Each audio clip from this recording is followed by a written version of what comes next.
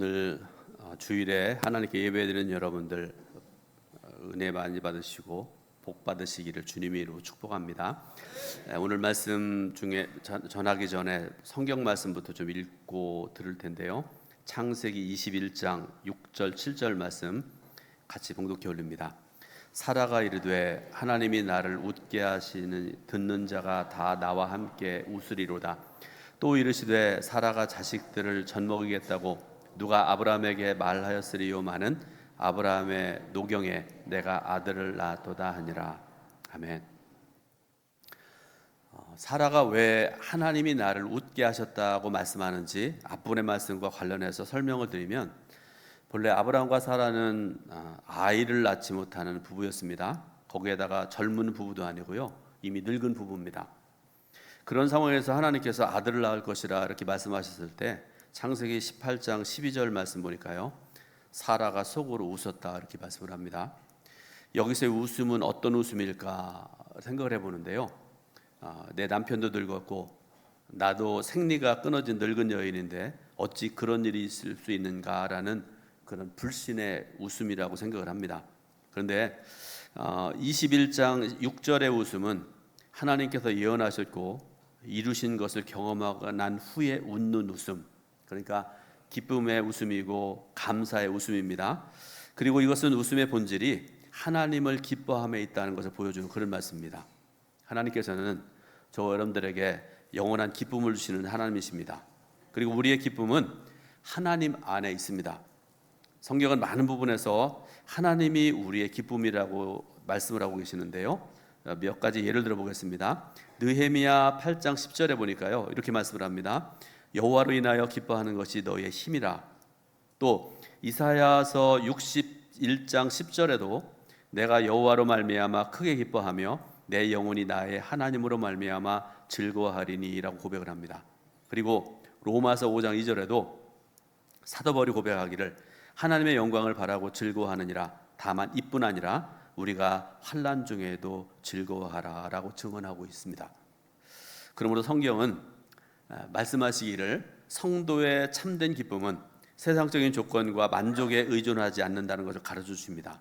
성도의 참된 웃음은 세상적인 즐거움 때문이 아니라 하나님을 기쁘시게 하는 데서 온다라는 그런 말씀이죠. 그래서 빌립보서 4장 4절에도 주 안에서 항상 기뻐하라라고 우리에게 권면을 하고 있습니다.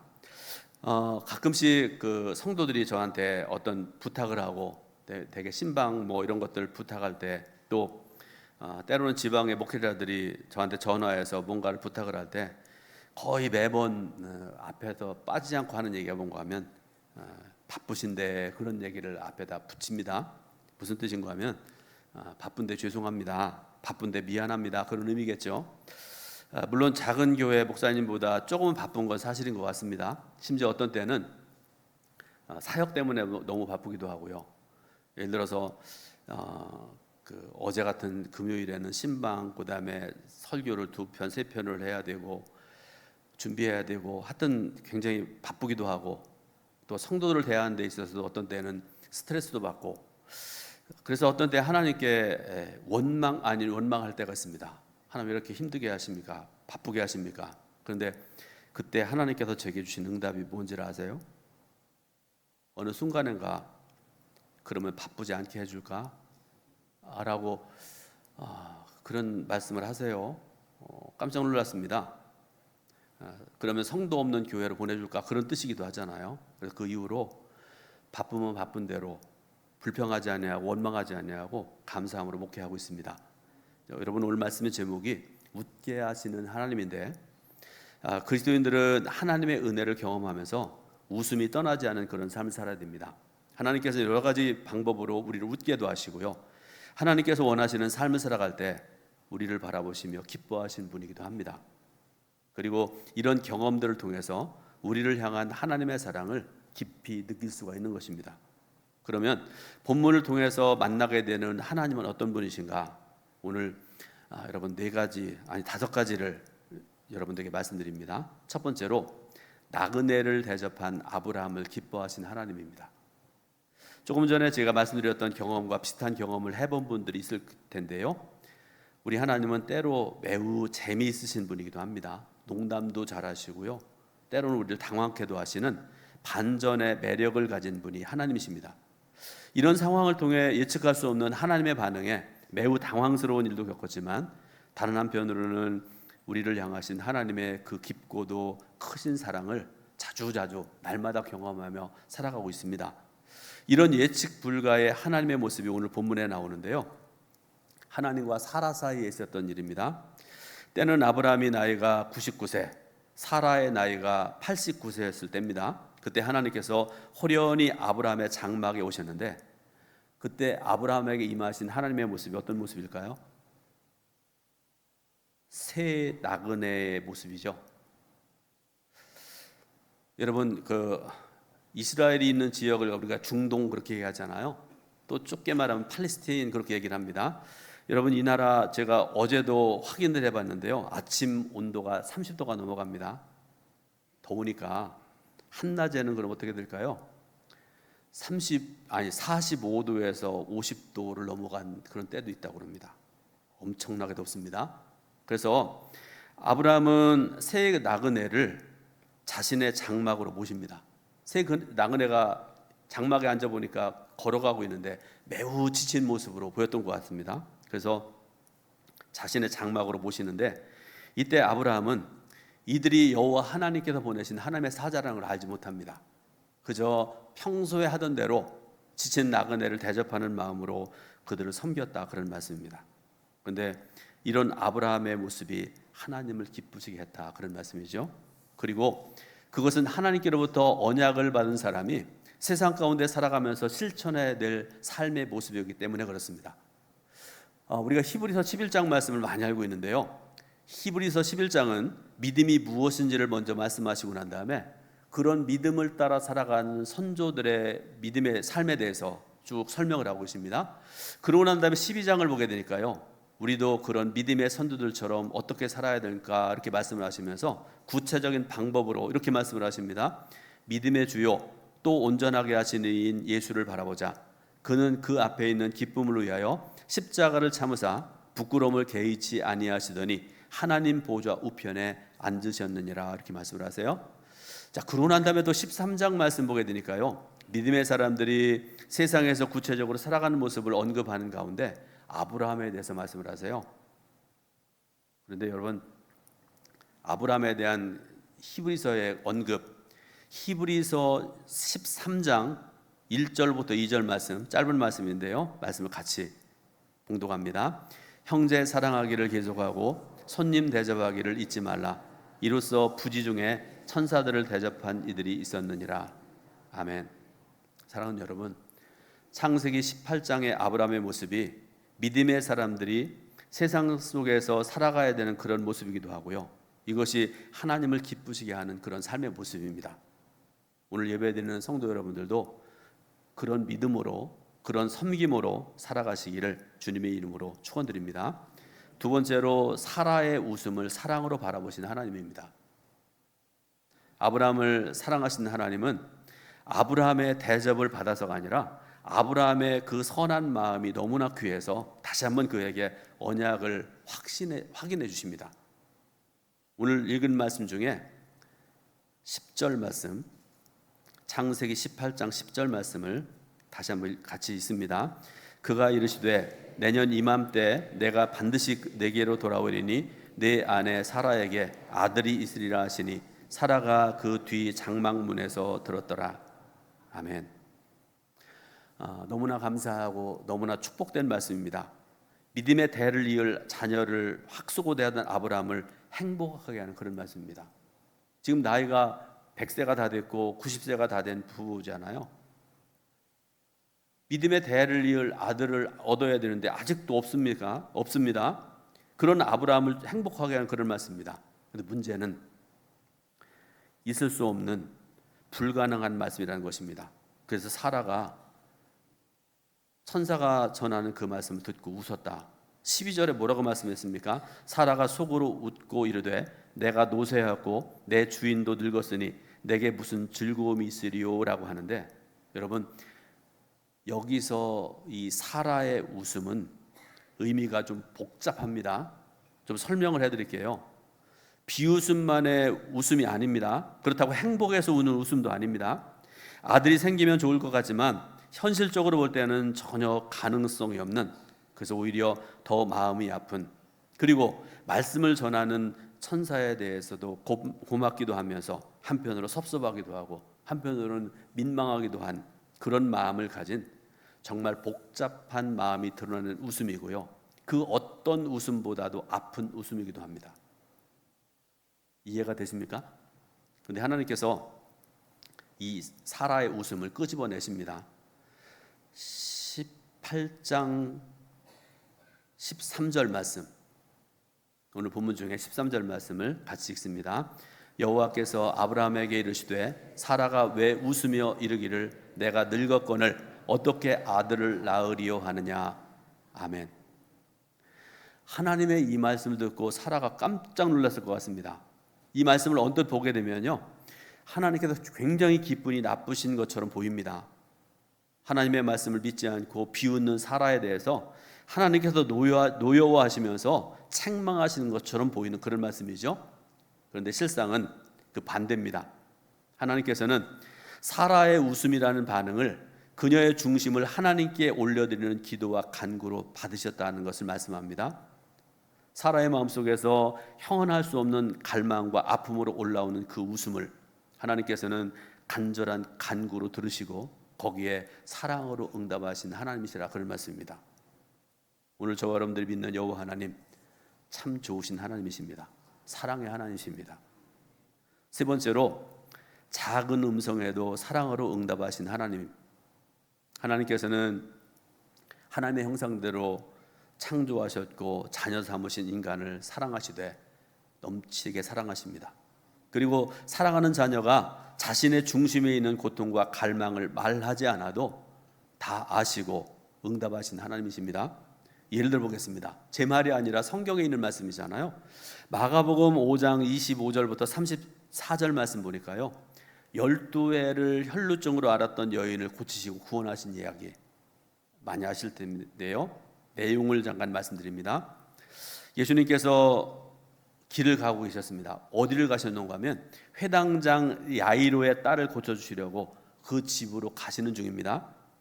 그런데 예수님의 소문이 이미 많이 나 있기 때문에 주위에는 많은 사람들이 모여서 예수님을 만지기도 하고 밀기도 하고 땡기기도 하면서 가고 있었습니다. 그런데 12회를 혈루증으로 앓고 있던 여인이 무리 가운데 섞여서 예수님의 뒤로 가만히 와서 예수님의 겉옷에 손을 댔다, 이렇게 말씀을 하세요.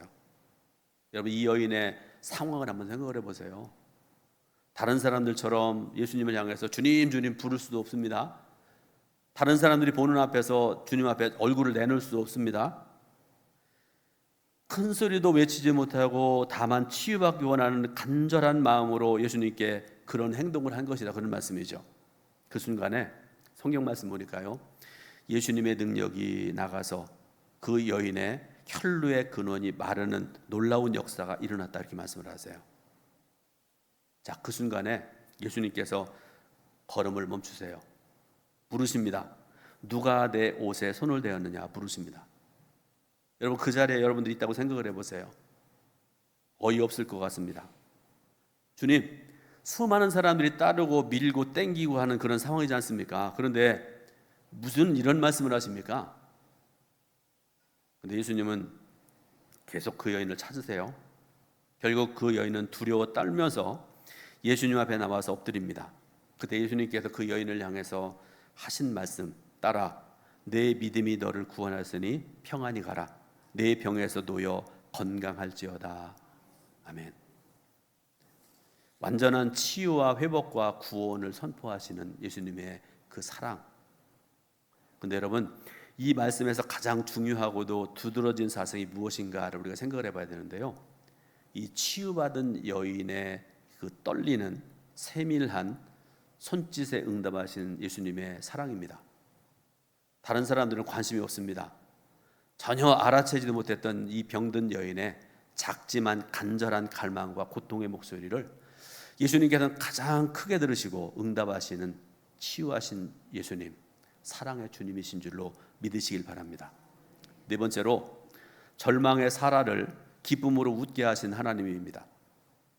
하나님께서 사라의 마음속 생각까지 알고 말씀하셨을 때 아마 그녀는 깜짝 놀랐을 것 같습니다. 아마 두려웠을 겁니다. 그래서 어떻게 반응하는가? 창세기 18장 15절에 사라의 반응입니다. 같이 읽습니다. 사라가 두려워서 부인하여 이르되 내가 웃지 아니하였나이다. 이르시되 아니라 내가 웃었느니라. 아멘. 하나님께서 자녀의 언약을 축복으로 확인해 주실 때 사라는 속으로 웃었습니다.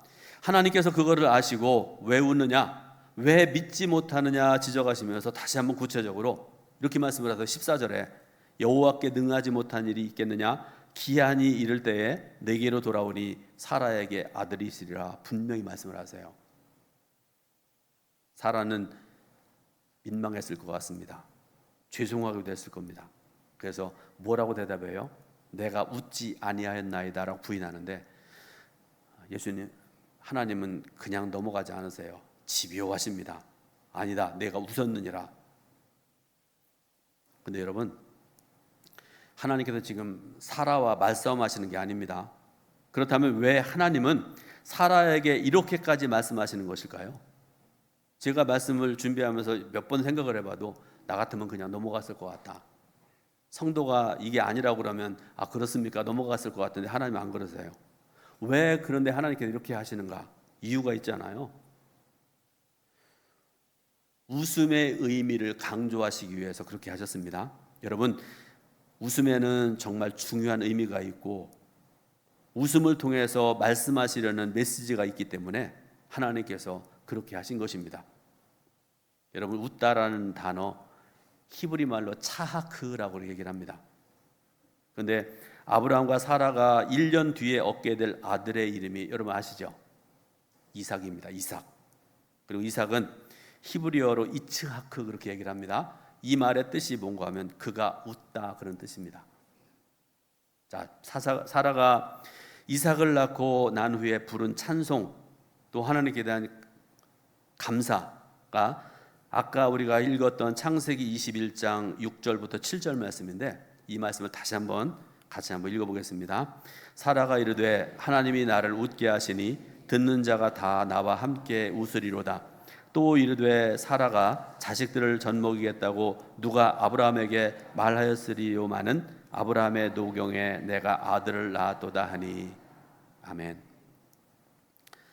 사라가 속으로 웃었다고 성경은 말씀하시는데, 그가 속으로 웃었을 때 밖으로 그걸 끄집어내시고 웃지 않았다고 부인할 때 내가 웃었다라고까지 말씀하신 것은 웃게 하시는 하나님에 대한 메시지를 주기 위함입니다. 여러분도 웃게 하시는 하나님을 인해서 많이 웃으시길 바라고요. 하나님께 기쁨을 드리는 복된 성도 되시기를 주님의 이름으로 축원드립니다.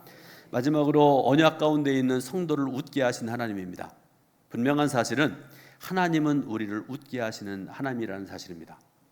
비록 언약의 성취 과정이 힘들고 어렵고 심지어는 울음보다 더 아픈 웃음을 지을 수밖에 없는 상황에 내몰린다 할지라도 그렇습니다. 그가 언약의 길에서 떠나지 아니하고 계속 붙들고 앞으로 나가기만 하면 하나님은 반드시 웃게 하시는 참 좋으신 하나님이십니다. 성경은 이런 중요한 메시지를 계속해서 우리에게 말씀을 통해 주고 계세요. 자, 시편이 150편까지 말씀 중에 126편 굉장히 중요한 말씀인데요. 시편 126편 성전에 올라가는 노래라고 이름 붙여진 그 126편의 1절 말씀 보니까 제가 읽어드립니다. 여호와께서 시온의 포로를 돌려주실 때 우리는 꿈꾸는 것 같았도다. 이렇게 말씀이 시작됩니다. 그러고 난 다음에 결론적으로 5절 6절 말씀 보니까요, 이 말씀을 우리 같이 한번 읽어봅니다. 5절 6절입니다. 눈물을 흘리며 씨를 뿌리는 자는 기쁨으로 거두리로다. 울며 씨를 뿌리러 나가는 자는 반드시 기쁨으로 그 곡식단을 가지고 돌아오리로다. 아멘. 우리를 웃게 하신 하나님, 우리를 기쁘게 하시는 분, 참 좋으신 하나님이십니다. 그리고 이것이 하나님의 언약을 붙들고 살아가는 그리스도인들이 받은 은혜 중에 은혜입니다. 여러분, 결론적으로 한 기도문을 여러분들에게 소개해드리려고 그러는데요, 제목이 유머를 위한 기도라는 기도문인데요. 이게 작년부터 좀 유명해졌다고 그러는데, 여러분 작년에 돌아가신 프란치스코 교황의 그 집무실에 붙어 있던 기도문이라고 그래요. 아주 유명한 기도입니다. 그때부터 내용이 그렇습니다. 제가 짧은 기도문이어서 읽어드립니다. 주님, 제게 좋은 소화 능력과 아울러 소화하기에 좋은 음식을 내려주셔서 제게 건강한 신체와 이를 유지할 좋은 유머를 허락하소서. 선한 것을 소중히 여길 줄 알고 악을 보고서 쉽게 겁먹지 말며 오히려 제자리로 돌아갈 길을 찾을 수 있는 단순한 영혼을 주소서. 제 영혼이 지루함, 불평, 불만, 한숨, 탄식을 알지 못하게 하시고 나 자신의 문제로 너무 스트레스 받지 않게 해주소서. 주님, 제게 좋은 유머 감각을 주시어 농담을 통해 삶의 작은 기쁨들을 발견하고 제 이웃들과 이를 나눌 수 있는 은총을 내려주소서라는 그런 기도문인데요. 이 기도문이 교황이 쓴 기도문이 아닙니다. 15세기 영국의 유명한 토마스 모어라는 사람이 쓴 그런 기도문이라고 그러는데, 언젠가 어느 기자가 교황에게 이런 질문을 했다고 그래요. 교황님, 어떻게 살아가야 됩니까? 그랬더니 그 질문에 대해서 뭐라고 대답해 놓은 거면, 나는 매일 웃는 연습을 합니다. 그렇게 얘기하면서 그 사무실에 있는 이 기도문을 보여줬다고 그래요.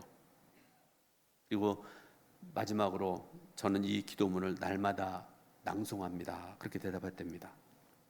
사랑하는 여러분, 우리가 믿는 여호와 하나님은 저와 여러분들을 웃게 하신 하나님이십니다. 기도하겠습니다.